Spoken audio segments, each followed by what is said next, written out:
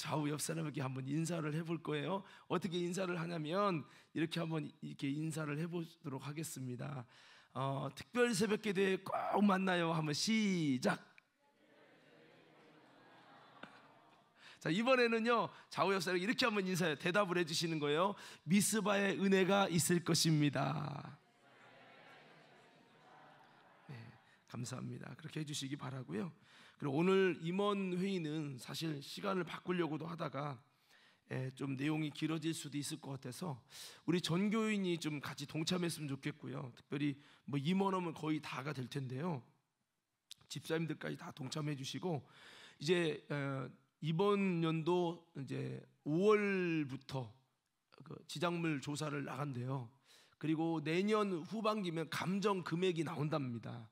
이제 그러면 이제 우리가 어떻게 해야 될지 대책이 있어야 되지 않겠습니까? 그래서 과렘교회 임원회의로 첫 모임을 가질 겁니다. 3시에 가질 거고요. 오늘 예배를 좀 오후 예배를 좀 짧게 끝내고 그렇게 회의를 할 거니까 여러분들이 다 같이 관심 가지고 동참해 주시기 바라고, 그 외에도 몇 가지 좀 우리가 이렇게 결정해야 될 사항들이 있습니다. 그래서 여러분들이 그렇게 임원회의 좀 적극 동참을 해주시기 바라고 그렇게 함께 해주시면 감사하겠습니다. 자, 오늘 한번 말씀 제목 한번 따라해 볼까요? 예수님의 형상으로 세워지는 교회. 자, 이런 제목을 가지고 함께 은혜를 나누도록 하겠습니다. 우리가 이번 연도 표어를 예수님의 형상으로 세워지는 교회라고 했는데요, 어떻게 하면 예수님의 형상으로 세워지는 걸까? 어떻게 보면 너무 막연하기도 하고 추상적이기도 하잖아요. 저는 이런 생각을 해봤습니다. 우리 과림교회가 이제 2년 후면 여기에 상가가 있고 집이 있고 터전이 있는 분들도 어딘가 보상을 받고 나가게 되면 흩어질 수 있는데, 여러분 예루살렘 교회가 흩어졌지만 그들 속에 예수의 DNA는 흩어지지 않아서 귀한 복음을 가는 곳마다 전하면서 또 뭉칠 수 있었는데요, 우리 과림교회가 흩어져도 우리가 뭔가 뭉쳐질 수 있는 아름다운 모습이 있기를 원하고 그런 모습이 있었으면 좋겠어요. 그래서 이번 연도 제가 목회 계획이 우리 성도들에게도 또 아름다운 영적인 추억을 좀 만들어 가보자, 이런 마음이 있고요. 근데 제가 이렇게 교회들을 공통점을 이렇게 여러 교회를 보다 보니까 이런 어려움이 있을 때 흩어지고 사라지는 교회가 있고 똘똘 더 뭉쳐져서 강력하게 부흥되는 교회가 있더라고요. 그 이유를 봤더니 그들 가운데 예수님의 형상이 영적인 그냥 우리가 친한 거 말고, 여러분 이 동네이기 때문에 나오는 거 말고 좀 거리가 있더라도 예수님의 형상으로 같이 은혜 받고 같이 같은 비전을 가지고 우리가 이렇게 딱 하나 되는 그런 아름다운 주님의 형상이 우리 속에 은혜로 형성되면, 그렇게 되면요 우리가 떠나도 은혜 받았던 그 교회의 이 중심을 잃어버리지 않고 우리가 아름답게 뭉쳐져서 다시 여러분 이 교회가 아직은 어떻게 될지 모르겠지만 우리도 뭐 존치를 일단 외칠 마음을 갖고 있는데요, 다시 여러분 시간이 지나고 우리가 어쩌면 상가 교회로 들어갔다가 다시 나와야 되는 그런 상황이 벌어질 수 있지만, 그럼에도 불구하고 우리 과림교회는 아름답게 서가게 될 것이고, 그래서 이번 연도 표어는 예수님의 형상으로 세워지는 교회라는 비전을 가지고 이렇게 여러분들에게 같이 이번 한 해를 그 표어로 목표를 정했습니다. 자, 예수님의 형상으로 세워진다는 건 도대체 뭘까? 새벽에 말씀을 전하는 가운데 이 고린도후서 6장을 보면서 우리가 이런 모습으로 세워지면 너무 좋겠다. 우리 교회 성도들이 이런 모습으로만 영적으로 세팅된다면 반드시 과림교회는 정말 영적으로 모든 어떤 제2의 코로나가 와도 돌파하고 이겨낼 수 있겠다. 왜냐? 초대교회가 이렇게 됐더니 어떤 고난과 그들을 가로막는 엄청난 핍박과 코로나보다 더 힘든 모든 것이 있었지만 이 모든 것을 뚫고 그들은 고난을 이겨내면서 하나님의 교회들로 우뚝 서게 되는 아름다운 역사가 있었거든요. 그래서 저는 오늘 이 고린도후서 6장의 말씀을 나누면서 함께 은혜를 나누려고 합니다.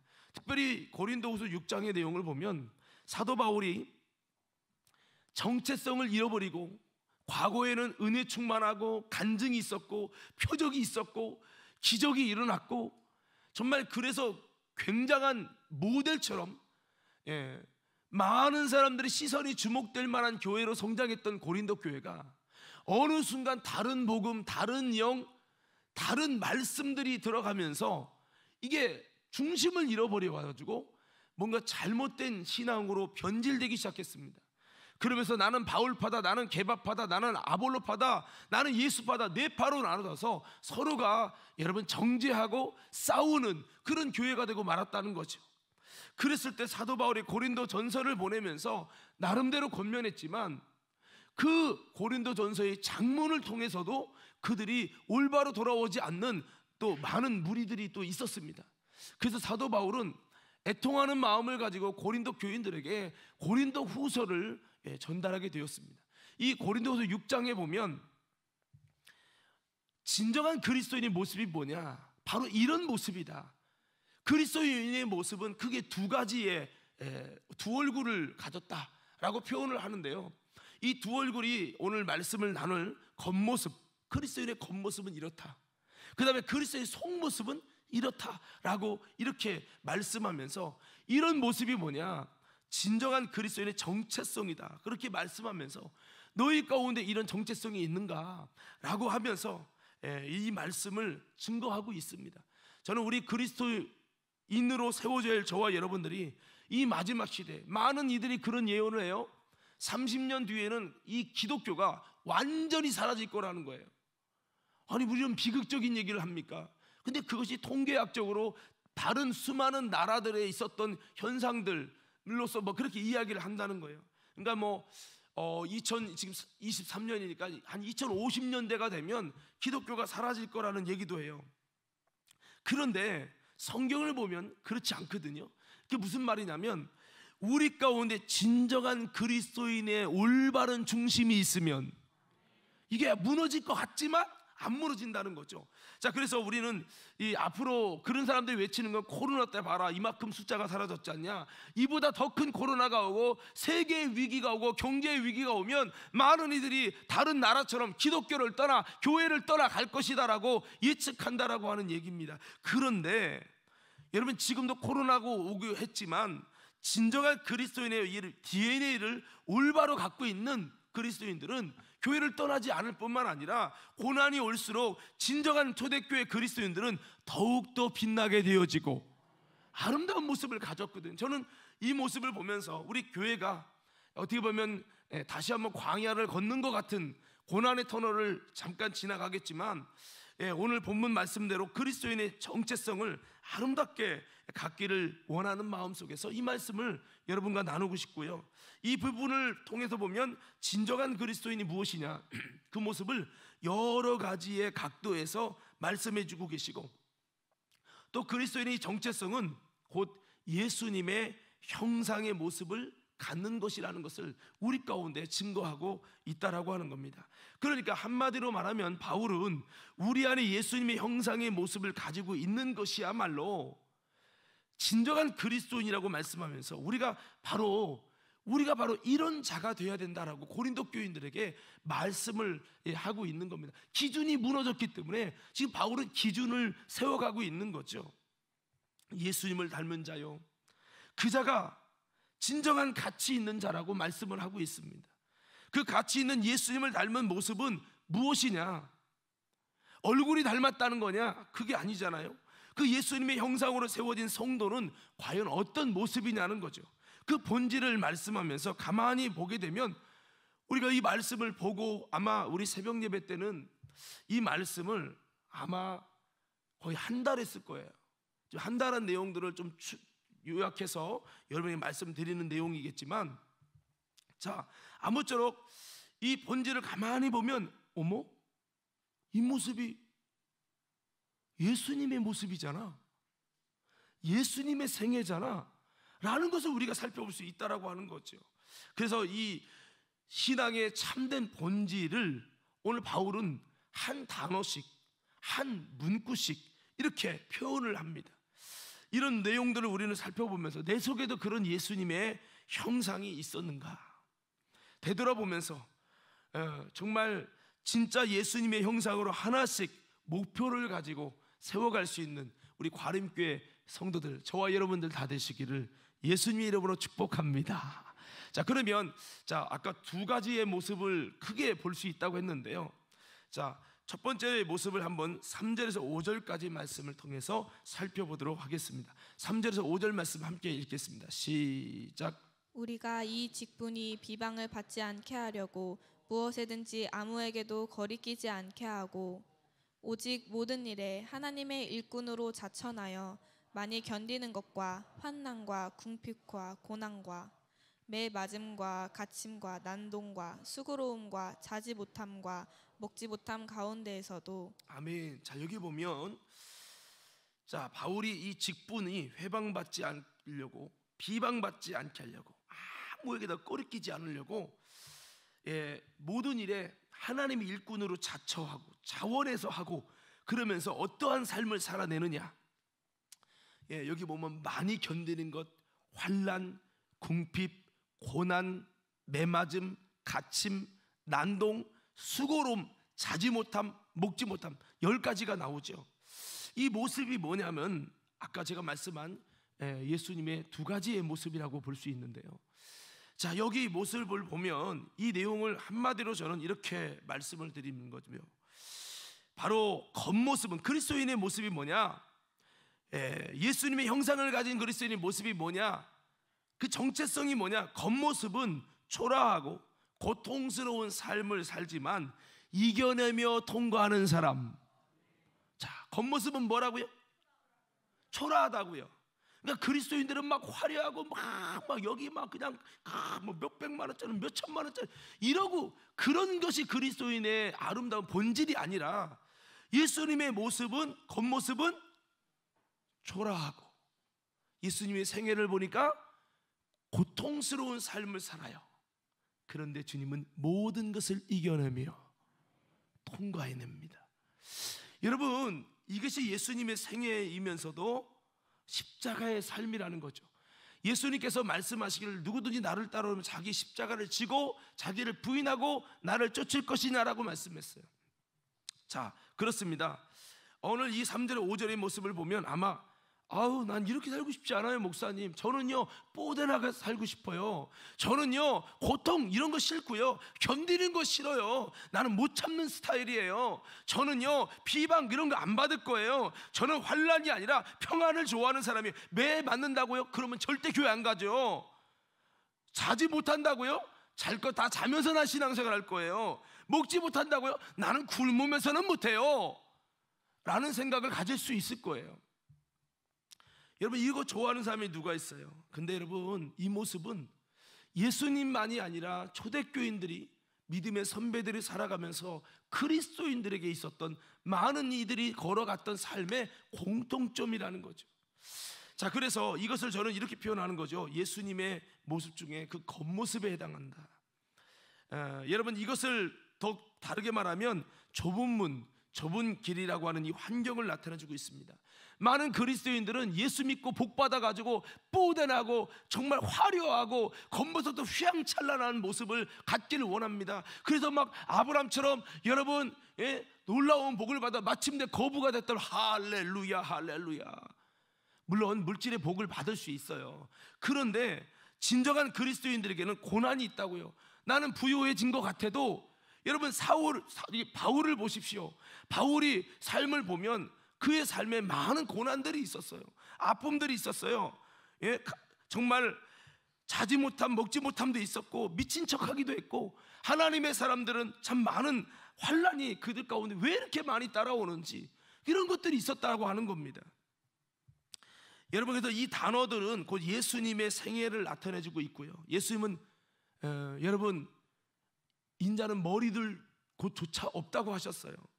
어떻게 보면 이렇게 고백할 수 있는 분이 있을 거예요. 목사님, 저는요 내 인생이 저주를 받은 건지 왜 이렇게 어렵고 환난이 오고 내게는 왜 이렇게 눈물 나는 일이 많고 내게는 많은 고통이 왜 있는 겁니까? 라고 하는 분들이 있을 수 있을 거예요. 오늘 바울은 오히려 예수 믿으면 이런 복을 받더라, 이런 얘기를 부터 한 게 아니라 예수님을 따라가는 사람의 진정한 정체성은 뭐냐? 많이 견디는 것부터 시작한다는 거예요. 환난, 궁핍, 고난. 여러분, 바울이 여기 말고도 내가 복음을 위해, 주를 위해 진정한 믿음의 삶을 살았더니 강의 위험과 동족의 위험과 수많은 이 마귀가, 사탄이가 사람을 통해 정말 동족인데도 핍박하고 죽이려고 들고 얼마나 많은 고난의 터널을 지나왔는지, 거반 죽다가도 살아나고, 여러분 이런 수많은 고난들을 견뎌낸 것들을 바울은 고백하고 있어요. 우리가 여러분 예수님을 믿은 믿음의 선배들을 화려하게 야 멋있다 보고 있지만, 실제로 여러분 예수님의 12제자 보십시오. 그들의 여러분 마지막이 어떻습니까? 은혜롭게 평강으로 화려하게 죽었습니까? 아니면 초라하게 순교를 당하고 여러분 찢김을 당하고 죽었습니까? 예? 예? 두 번째죠. 여러분 우리가 예수 믿으면 다 평안해지고 형통한다, 물론 그런 은혜도 있어요. 그런데 예수 믿으면 누가 배 아플까요? 맛이 맛이 없죠 우리 교회는. 또 이것도 맛이라고 하면 큰일 납니다. 예, 이 마귀가, 사탄이가 얼마나 미운지 몰라요. 왜? 애굽에 여러분 자기의 종들인 이스라엘 백성을 뺏기니까 바로가 뿔딱 지나가지고 막 군대를 동원해 쫓아오잖아요. 똑같아요. 자기의 백성이었던, 사탄의 자녀였던, 지옥 갈 자녀였던 그들을 여러분 빼앗겼잖아요. 이 교회 때문에 뺏겼잖아요. 여러분 예배 드리면서 예수님의 복음을 만나서 그리스도의 DNA가, 예수의 형상이 들어가니까 이거 바뀌는 거예요. 그러니까 마귀가 얼마나 화가 나는지, 막 그냥 하던 사업이 안 되게 하고 가다가도 갑자기 막 차가 막 부딪히게 만들고 별짓 다해요. 저는요 이렇게 말하면 좀 그렇지만 정말 교통사고라는 거를 진짜 한 열 몇 번 난 것 같아요. 그래서 제가 보험 쪽은 좀 잘 알아요. 옆에서 받고, 그러니까 전에 차에, 지금은 안 하는 건데 옆에서 받고 앞에서 받고 뒤에서 박아서 껍데기를 다 바꿨어 거의. 그래서 남들이 보면 이 차가 10몇 년 된 차예요? 이럴 정도로.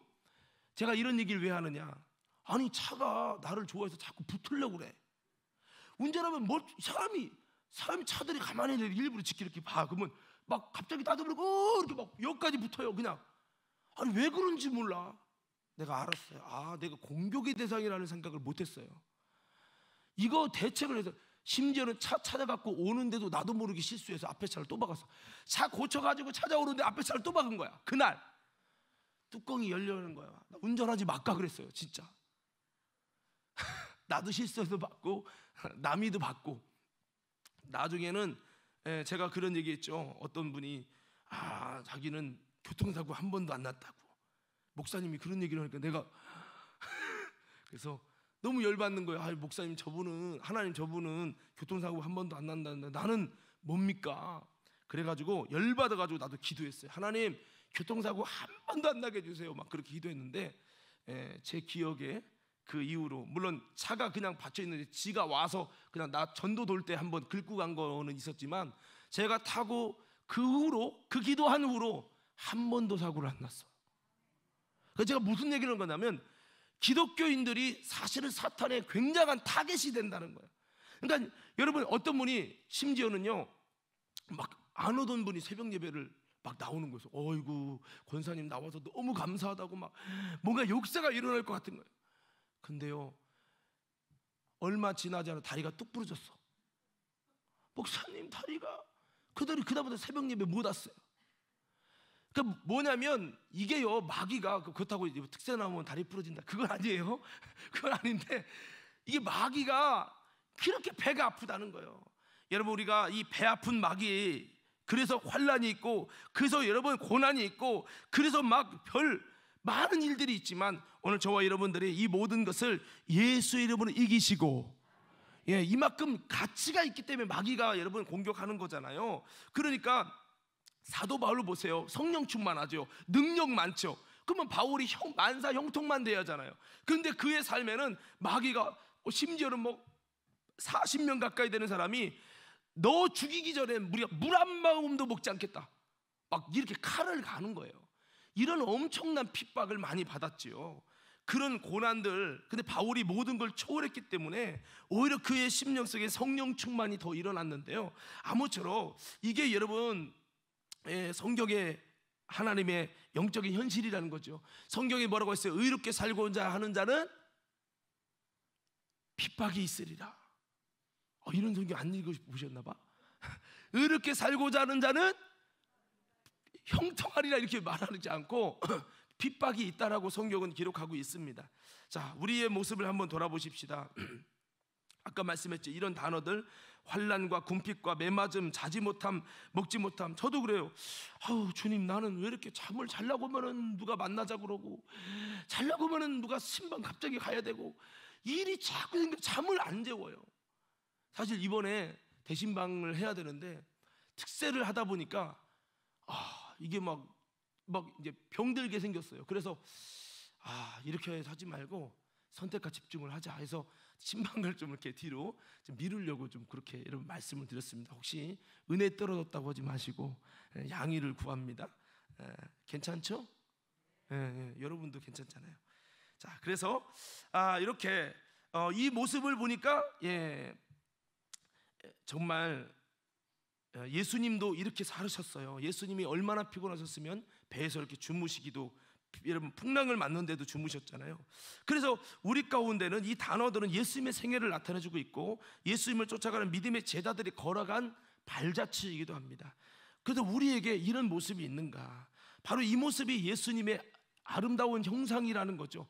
그러니까 고난당하시는 예수도 아름다운 형상이고, 이적과 능력을 행하시는 예수도 아름다운 형상이고, 무리를 걷는 예수도 아름다운 형상이시고, 예수님이 바리새인 서기관들에게 공격받는 모습도 예수님의 아름다운 형상이라고 하는 거죠.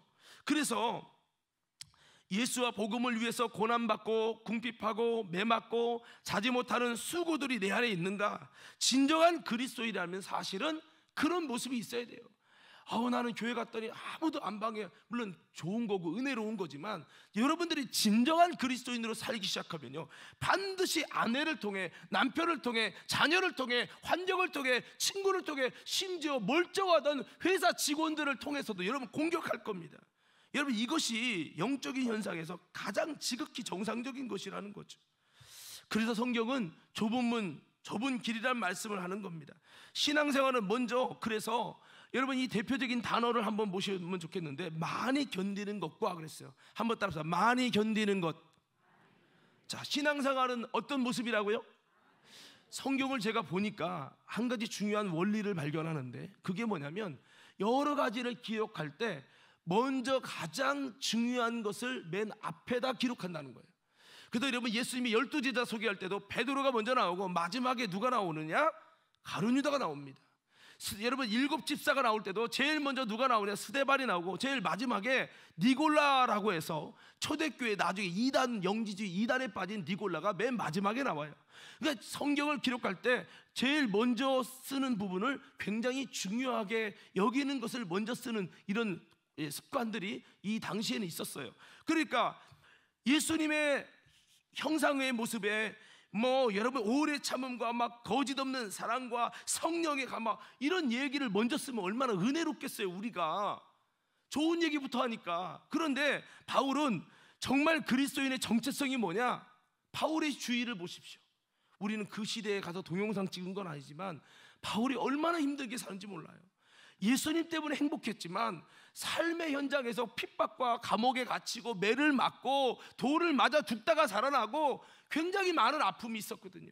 그런데 바울이 이 모든 것 속에서 많이 견뎌냈다는 거예요. 그래서 신앙생활을 바울은 첫 번째로 예수님의 형상이 모습이야. 예수님의 생애를 봐라. 예수님의 생애 공생애를 보면 사실은 집도 없고 제대로 먹지도 못하시고 자지도 못하시고 그 바리새인 서기관 장로들이 얼마나 죽이려고 공격한 줄 아냐. 예수님의 생애와 이 모든 것을 보면 참 주님이 하나님의 아들인데도 그 권세를 갖고 많은 것을 참고 견뎠던 주님의 생애를 볼 수 있다라고 하는 거죠. 그래서 바울은 이것이 주님의 생애구나 하면서 본인이 이것을 기쁘게 여기니까 견뎌내는 거죠. 이것은 내가 믿음자가 안에서 이렇게 되나, 이렇게 여겼으면 바울이 굉장히 혼란스러웠을 거예요. 그래서 바울은 이 많이 견디는 것과 이것을 제일 먼저 했습니다. 여러분, 그렇습니다. 신앙생활이 뭐냐? 많이 견디는 거라는 거예요. 제가 한번 외치면 여러분들이 대답해봐요. 많이 견디는 것이 답이에요. 신앙생활이 뭐라고요? 다시 한번, 신앙생활이 뭐라고요?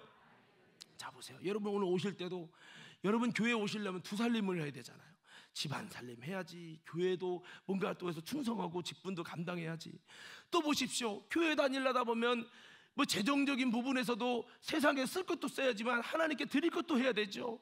그리고 회사도 다니고 직장 생활도 해야 되죠. 그러면서도 교회 집안일도 해야죠. 교회도 해야죠. 그러니까 여러 가지 막 신경 쓸 일이 많아요. 여러분, 많이 견뎌야 되는 게 참 많아요. 그 외로도 기도도 견뎌야 되고, 응답도 견뎌야 되고, 뭐 기도만 하면 막 5G로 그냥 막 기도했더니 막 그냥 예배 끝나는 순간에 막 응답되고, 그러면 얼마나 좋겠어. 저도 그랬으면 좋겠어요. 저도. 여러분, 응답이 그렇지 않다라는 거죠. 기도할 때도 때로는 정말 안 되고 재미도 없고, 정말 이렇게 해야 되는 건가 이럴 때도 있어요. 물론 그런 모습의 과정을 거치다 보면 하나님의 기가 막힌 응답과 역사, 하나님이 함께 하심, 주님이 나를 사랑한다는 증거들을 경험하게 되지만, 아까 여러분 아멘 했던 어떤 친구처럼 정말 하나님이 그렇게 응답하는 경우 물론 있습니다. 진짜 기도 많이 하면요, 어떤 응답에 대해서는 하나님이 하루를 넘기지 아니하시고 응답해 주셔요. 이거는 진짜 기도를 좀 하는 사람들이 여러분 공통적으로 느끼는 거예요. 자, 아무쪼록 여러분 기도도 견뎌야 되고요, 몇 년 걸리는 기도도 있어요. 또 십자가를 지고 가는 나를 부인하는 일도요, 많이 참고 견뎌야 된다는 거죠. 교회 일이 행복한 일만 있겠습니까? 사람을 통해서 시험에 들게 하고 상처받게 하고 마음 아프게 하고. 이런 목회자는 늘 웃으면서 설교하지만 저도 애로사항이 있어요. 저는 없는 건 아니라는 거죠. 그러니까 사랑하는 일, 용서하는 일, 순종하는 일, 봉사하는 일, 천국을 위해 살아가는 일, 복음을 위해 힘쓰는 일, 다 많이 견뎌야 하는 일이라는 거죠. 천국에 여러분, 천국은 씨앗을 심는 거랬죠. 그래서 씨앗을 심어서 30배, 60배, 100배의 결실을 맺는 거라고 했는데, 제가 한번 물어볼게요. 농사 짓는 분 여기 있을 거예요. 농사 지면 씨 딱 심으면 그 다음날 샥 열매가 맺혀져요? 아니잖아요. 열매가 맺혀지기까지, 과일의 열매가 맺혀지기까지 얼마나 많은 수고와 또 견뎌내는 것들을 해야 되는 거잖아요. 병균을 견뎌내야 되고.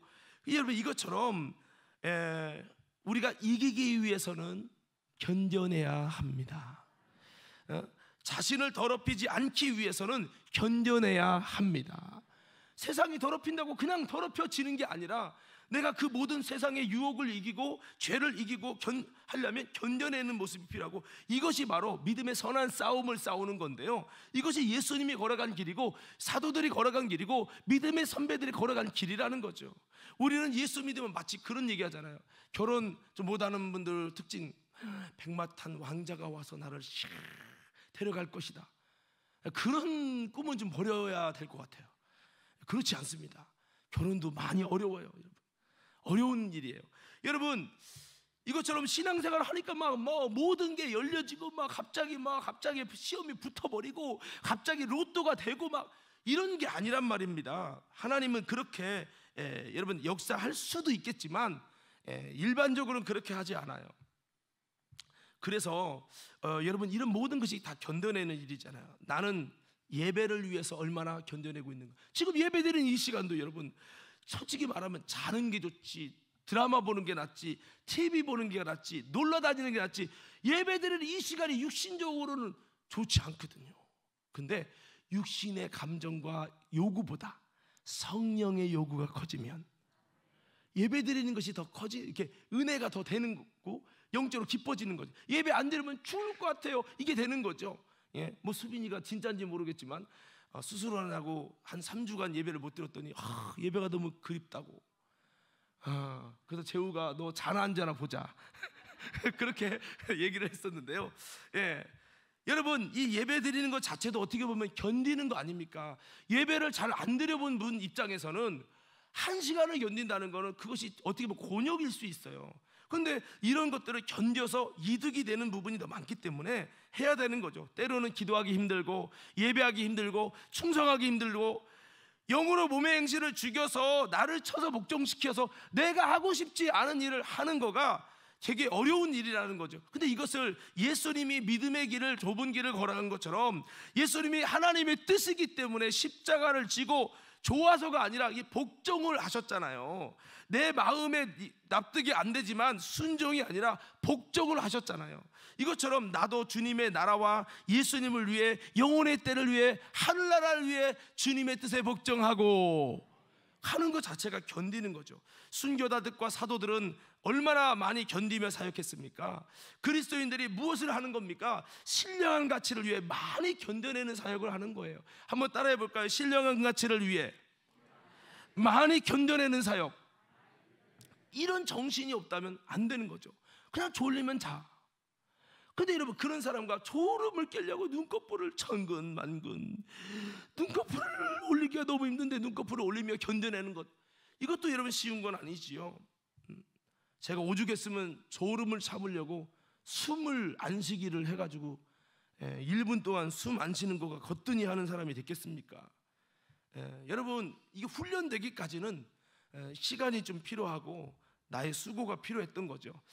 자, 그러니까 우리는 신앙생활이 그냥 발 닿는 대로, 바람 부는 대로 흘려가는 게 아니라 하나님의 뜻을 위해서 세상이, 죄악이, 여러분, 내 육신의 요구가, 마귀가 사람을 통해, 환경을 통해 끌어간다고 끌려가는 게 아니라, 여러분 그런 말 들어봤잖아요. 살아있는 물고기는 물을 와도 이렇게 거슬러 올라간다는 말이 있잖아요. 여러분, 우리가 진짜 예수님의 형상을 가졌다면 여러분 이 시간도 자고 싶고 핸드폰 보고 싶고 얼마나 보면 재밌어요. 이런 모든 것들을 이기기 위해서 견뎌내고, 예배뿐만 아니라 기도도 힘들겠죠. 어떤 분에게는 5분이 지옥 같을 수도 있어요. 기도를 안 해본 분들 1분 하면 할 말 없는데 그럴 수 있잖아요. 얼마나 지루할까요? 그렇지만 이 모든 거 기도를 자꾸 하면서 견뎌내는 거예요. 할렐루야. 여러분, 여기 애기 엄마들 저쪽에 있는데 이유식이 먹이잖아요. 이유식 먹이면 애기 할렐루야, 쌀밥 줘, 쌀밥. 그런 애가 있어요? 없어요. 안 먹으려고 이렇게 안 먹어요. 억지로 먹이는 거죠. 먹다 보면 이제 밥이 먹혀지게 되고 하는데요. 신앙생활도 여러분 그런 부분이 많이 있습니다. 사실은 어떤 분은 그런 설교예요. 신앙생활은 견디고 참는 게 아니라, 고행이 아니라고 막 그렇게 얘기하는 관점은, 하나님의 영이 나를 사로잡아 주시면 그냥 견디지 않고 자연스럽게 갈 수 있다는 얘기지만 처음부터 그렇지 않다라는 거예요. 그래서 나는 예수 믿으면서도 견뎌낸 일이 참이 많이 없다면 당신은 진정으로 신앙생활을 하지 않는 줄도 모른다는 거예요. 누가복음 16장 19절에 보면 지옥에 가게 된 부자는요, 어떠한 삶을 살았어요? 내가 왕으로서 왕의 옷을 입었어요. 그리고 자기가 주인으로서 고운배 옷을 입었어요. 자기가 주인이니까 자기 마음대로죠. 날마다 호화로에 즐기더라. 연락하며 즐기는, 자기 멋대로 사는 거예요. 누구의 구애받지 않고 내가 하고 싶은 대로, 자고 싶은 자고, 놀고 싶은 놀고, 마음대로 죄를 지어가며 자기 마음대로 사는 거예요. 통제가 없이, 기준도 없이, 목표도 없이 그냥. 이게 뭐냐? 지옥 가는 사람의 특징이라는 거죠. 우리는 하나님의 뜻을 위해서, 우리는 내가 주인이 아니라 주님의 종이요, 내가 왕이 아니라 주님의 다스림과 통치를 받는 백성이요, 백성이기 때문에, 종이기 때문에 견뎌내야 되겠죠. 천국을 위해, 사명을 위해 살아가야 하는 겁니다. 내가 하고 싶은 대로 가는 게 아니고요. 그래서 우리가 견뎌야 될 것 중에 그 외에도 환난, 궁핍, 고난, 매맞음, 지금 교회 간다고 매 맞는 분은 거의 없겠죠. 그죠? 옛날에 좀 있었을 거예요. 그리고 갇히고, 바울은 감옥에도 갇혔죠. 그리고 막 난동이 일어나고, 수고로움에 얼마나 많은 수고들이 있는지 몰라요. 이렇게 나는 교회 가면 다 대접받고 말이요, 우대받고 말이요, 그럴 줄 알았더니 이것도 하라 저것도 해야 되고, 수고로움이 얼마나 많아요. 자지 못함, 특세 나오냐고 얼마나 피곤하세요. 자지 못함도 여러분 하게 되고, 먹지 못함도 있게 되고, 여러분 지금이야 예수 믿으면서 교회 다니기 때문에 못 먹는 사람은 없잖아요. 이 당시에는 예수를 믿으면 도망 다녀야 됐고 밥도 정상적으로 먹을 수 없는 정상적인 장사도 못하고 도망 다니는 신사여서 굶을 수밖에 없는 그런 일도 굉장히 많았다라고 하는 거죠. 우리가 그때만큼은 아니지라도 바울이 말하는 거는 그런 예수님의 형상과 정신, 그 십자가의 정신이 있어야 된다라고 말씀을 하는 겁니다. 그래서 우리들도요, 정말 이런 바울 공동체가 겪었던 이런 모습들, 이런 예수의 정신들, 또 예수님의 이런 특성들을 가지고 믿음 생활에서 지금 어떻게 보면 너무 편안하게 하고 있지만 이제 편안하게 할 수 없는 때가 오면, 우리가 이렇게 훈련되지 않으면 그때 가면 많은 이들이 교회를 버리고 예수를 버리고 세상으로 가게 될 거라는 거예요. 여러분, 우리가 잘 알고 있는, 제가 자주 말씀드렸죠, 터키 성지순례를 갔는데, 터키가 바울이 복음을 전했던, 아시아의 복음을 전했던 곳이에요. 거기에 많은 우리가 유명한 여러분 데살로니가 교회든 이런 교회들이 막 있어요. 그런데 중요한 건 그곳이 90% 이상이 그리스도인들이었지만 이슬람이 들어오면서 이슬람이 핍박을 한 게 아니라, 너희들 예수 믿고 교회 다니면 공무원도 안 돼, 직장, 정상적인 직장 생활 안 돼, 학교도 못 들어가, 유치원도 못 들어가, 많은 것을 제한했어요. 때리질 않고 제한을 했어요. 그랬더니 어떻게 했냐면 그들이 대다수 한 5% 남기고 나머지 한 85% 이상이 다 이슬람으로 개종했습니다. 여러분, 그러니까 이게 현실적인 얘기인 거예요. 그래서 우리가 이슬람을 막아내는 일도 굉장히 중요한데요, 고난도 참고 견뎌냈던 믿음의 선배들과 같은 예수의 형상, 예수님의 형상 가운데 십자가를 짊어지고 걸어가시는, 고독하게 걸어가시는, 비바람이 앞길 막아도 나는 가겠다, 눈보라가 나를 가려도 가겠다, 나를 힘들게 자존심을 긁어대도 예수님이 걸어가신 생명의 좁은 길을 나는 걸어가겠다. 이 정신이 이 형상으로 없다면, 조금만 힘들고 화나면요, 나 교회 안 다녀, 나 교회 떠날 거야, 막 상처받았어. 예수님은 상처에 상처를 받았겠죠. 여러분, 너무 약해 있는 거죠. 너무 약한 거예요. 그래서 바울은 왜 이렇게 매 맞아도 돌 맞아도 일어나서 가는가? 그에게 이런 예수님의 형상이 있기에 간다 이거예요. 우리 한번 옆 사람에게 인사해 봅시다. 당신에게는 예수님의 정신이 있습니까? 여러분, 이 정신을 가질 수 있는 오늘 믿음의 성도들 되기를 예수님 이름으로 축복합니다. 자, 그래서 바울 공동체도 그렇고, 바울 공동체는 아시다시피 마가라고 하는 사람은 들어가지도 못했잖아요. 도중에 힘들다고, 아이고 힘들어, 바울 같은 사람이 사역 못하고 도망간 사람은 같이 하지도 못하고, 이것 때문에 바나바와 결별되고, 바울은 끝까지 예수의 정신으로 가겠다, 힘들고 어려워도 가겠다, 이 예수의 정신을 갖고 좁은 문 좁은 길을 걸어가는 그 정신으로 가니까, 이거에 맞는 예수의 특성과 형상을 가진 하나님의 바울, 디모데, 에바브로디도, 브리스길라, 아굴라, 베베 집사, 수많은 하나님 앞에 헌신된 이런 사람들을 붙여주셨어요. 그들이 같이, 여러분, 죽으면 죽으리다 하면서 이렇게 견뎌내는 일을 해가면서, 여러분, 그렇게 매를 맞고 갇혀가면서 잠도 못 자가면서 막 그렇게 하나님의 일을 하다 보니까 그 바울 공동체를 통해 얼마나 많은 영혼들이 살아난지 몰라요. 그러나 그들 가운데 예수의 정신이 있으니, 예수의 형상이 있으니까 이들 가운데 이것이 짐이 되는 게 아니라, 겉사람은 후패하나 속사람은 날로 새롭도다 하면서 모든 것을 이기고 승리할 수 있었죠. 오늘 우리 과림교회 성도들 가운데도 이렇게 믿음의 선한 싸움을 싸우고 십자가의 정신을 가지고 달려갈 수 있는 믿음의 심령들 되기를 예수님의 이름으로 축복합니다. 예수님의 정신이 어떤 거예요? 나는 죽어도 너희는 살아야 된다. 나는 매 맞을 테니 너희는 질고에서 자유해라. 내가 너희를 위해 다 찔리고 상할 테니 너희는 허물에서 자유해라. 그게 예수님의 정신이요. 내가 너희를 위해 죄를 짊어질 테니, 사망의 죄값을 짊어질 테니, 내가 그거 짊어지고 대신 고난당하고 죽을 테니 너희는 이 사막에서 자유한 생명의 사람이 되라. 이게 예수의 정신이란 말이에요. 여러분, 그래서 우리는 이런 견뎌내는 일들이 필요할 수밖에 없겠지요. 우리들도 이런 환난과 궁핍과 매맞금, 여러분 여러 가지 어려움이 있거든.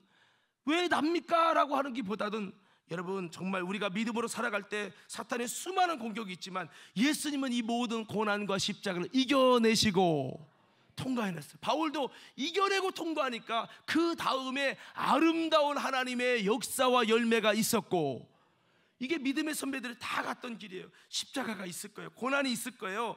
고통이 있을 겁니다. 여러분 거기서 금방 그런 얘기 있잖아요. 양은 냄비 있고 뚝배기 있고, 양은 냄비 신앙 되지 말고 뚝배기 신앙 되라. 물론 라면은 양은 냄비가 맛있지만 이 뚝배기라는 말은 정말 쉽게 요동하지 않는 그런 신앙이 되라는 말씀인데요, 바로 우리가 이런 십자가 정신이 있어야 되겠습니다. 사도행전 14장 22절 말씀에 보니까 이렇게 말씀을 하고 있어요. 다 같이 사도행전 14장 22절 말씀을 함께 읽도록 하겠습니다. 자, 함께 읽겠습니다. 시작. 제자들의 마음을 굳게 하여 이 믿음에 머물러 있으라 권하고, 또 우리가 하나님의 나라에 들어가려면 많은 환난을 겪어야 할 것이라 하고. 자, 여기 보니까 하나님의 나라에 들어가려면 어떻게 된다고요? 많은 환난을 겪어야 된다는 거예요. 이걸 당연시 여겼습니다. 환난 없이 마귀가 그냥 순수히 내주지 않는다는 거예요. 우리가 올림픽 선수가 되려면, 국가대표 선수가 되려면 고난과 견뎌내는 걸 잘해서 이겨내야 좋은 성과가 있듯이 신앙생활도 여러분 그런 부분들이 굉장히 많이 있다라고 하는 겁니다. 그래서 우리는 예수님의 형상으로 세워지라는 것은 바로 이렇게 예수님이 이 땅에서 아버지 뜻을 이루기 위해서 고난 받으시고 그 다음에 좁은 문 좁은 길을 걸어가셔서 십자가의 길을 걸어가신 것처럼 우리를 위해서 주님이 아파하시고 찔리시고 상하시고 비난과 조롱과 저주를 다 받으신 것처럼 우리도 또 힘들고 어려워도 주를 위해 아파도 가고 비가 와도 가고 기분 나빠도 가고 할 수 있는 예수의 정신으로 똘똘 뭉쳐지는 우리 믿음의 심령들 되기를 예수님 이름으로 축원합니다. 그래서 이게 진짜 예수님의 형상이라는 거죠. 십자가가 내 안에 있는가라는 겁니다. 십자가 지시는 예수님의 형상을 우리도 가져야 된다고 성경은 말씀하고 있어요. 요한복음 12장 24절에 26절에 보니까 내가 진실로 진실로 너에게 이르노니 한 알의 밀이 땅에 떨어져 죽지 아니하면 한 알 그대로 있고 죽으면 많은 열매를 맺느니라. 자기의 생명을 사랑하는 자는 잃어버릴 것이요. 이게 예수의 정신이라는 거죠. 이럴 때 띄워주면 좋은데, 자기의 생명을 사랑하는 자는 잃어버릴 것이요 이 세상에서 자기의 생명을 미워하는 자는 영생하도록 보존하리라. 하나님의 길을 걸어가는, 제자의 길을 걸어가는 비밀은 내 생명, 육신의 생명을 미워하고 여러분 자기의 생명을 사랑하는 자는 잃어버리고 자기 생명을 미워하는 자는 영원하도록 보존되어진다는 이 비밀을 갖는 거죠. 그래서 26절에 사람이 나를 따르려면, 나를 섬기려면 나를 따르라. 나 있는 곳에 나를 섬기는 자도 거기 있으리니 사람이 나를 섬기면 내 아버지께서 그를 귀히 여기시리라. 이렇게 말씀했어요. 자, 오늘은 이제 우리 이사야서 53장에 있는 말씀 읽고 이제 말씀 마칠 건데요. 자, 오늘 예수님의 이 한 가지의 모습, 또 우리가 걸어가야 될 아름다운 이런 여러분 고난의 십자가에 견뎌내야 되는 고통과 환난들이 많이 있을 수 있다라고 하는 거 우리가 여러분 다시 한번 돌아보면 좋겠고요.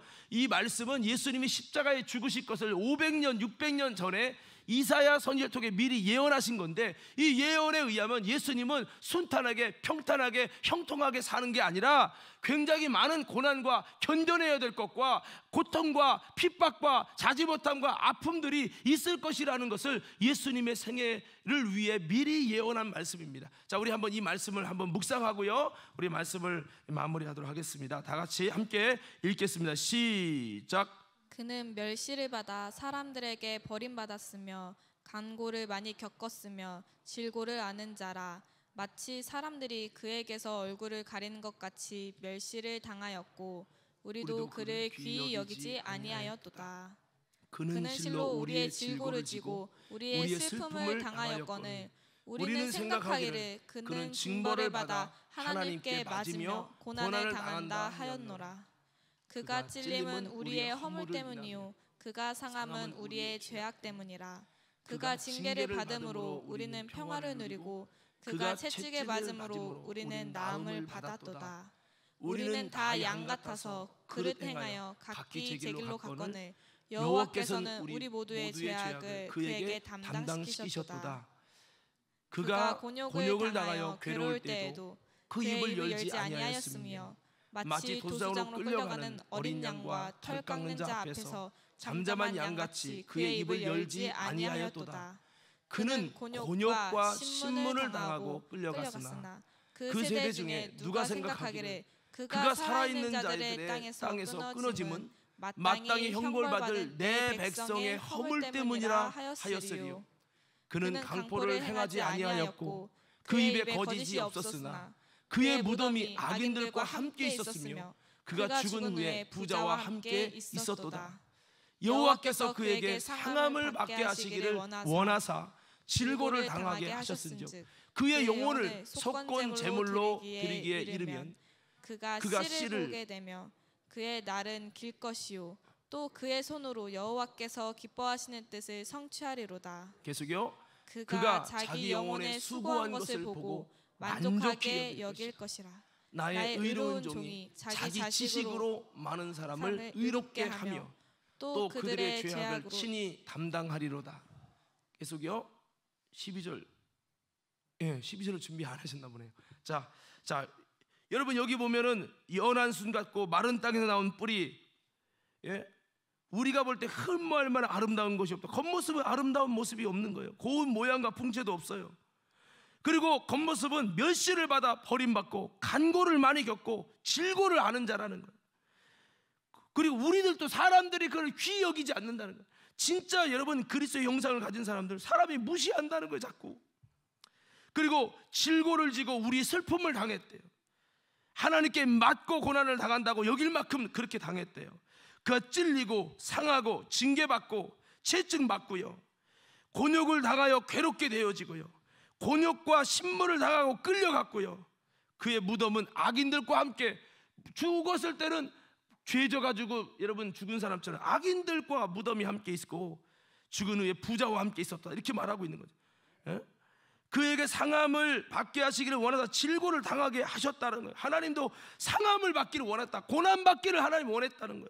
그래서 여러분 그렇겠지만 실제적으로 자기 영혼에 수고한 것을 보고 만족히 여겼고 예수님께서 많은 사람을 의롭게 했고 그들의 죄악을 친히 담당하게 되어지게 되었다라고 말씀을 했습니다. 여러분 그리고 그 예수님은 많은 사람의 죄를 담당하며 범죄자를 위해 기도했느니라 이렇게 되어 있어요. 히브리서 5장 7절에 10절에 보면 그는 심한 통곡과 눈물로 간구와 소원을 올렸고 라고 말씀합니다. 그의 경건하심으로 말미암아 들으심을 입었다고 말씀합니다. 그가 아들인데 하나님의 아들인데도 받으신 고난으로 순종함을 배워서 온전케 되었다는 거예요. 한번 따라해보세요. 고난을 통해 순종함을 배워서 온전하게 되셨다. 하나님의 아들 완전하신 주님도 고난을 통해 순종을 배우시고 이럴 때 온전하게 되시고 그랬다는 거예요. 여러분 그래서 우리의 삶에 여전히 예수 믿는 사람들에게도 하나님의 고난을 허락한다라는 거죠. 그래서 예수 믿는 사람 그리스도의 진정한 정체성의 겉모습은 이런 고난받는 모습이 있어요. 아마 오늘 말씀을 들었을 때 아이고 예수 믿기 어렵겠네 그런 마음을 가질 수 있어요. 다음 2편을 여러분 들으시면 또 이럴 거예요. 자, 여러분 아무쪼록 오늘 말씀드렸는데 예수 믿는 길이 때로는 좁고 험해 보이지만 여러분 이 길 끝에 놀라운 하나님의 구원과 생명과 놀라운 열매가 있다는 거 기억하시고 과정만 보고 낙심하는 것이 아니라 믿음으로 이 가치를 발견하고 바울처럼 이 길을 걸어갈 수 있는 우리 과림교회 성도들, 십자가의 주님의 형상을 갖는 아름다운 성도들 다 되시기를 예수님 이름으로 축원합니다.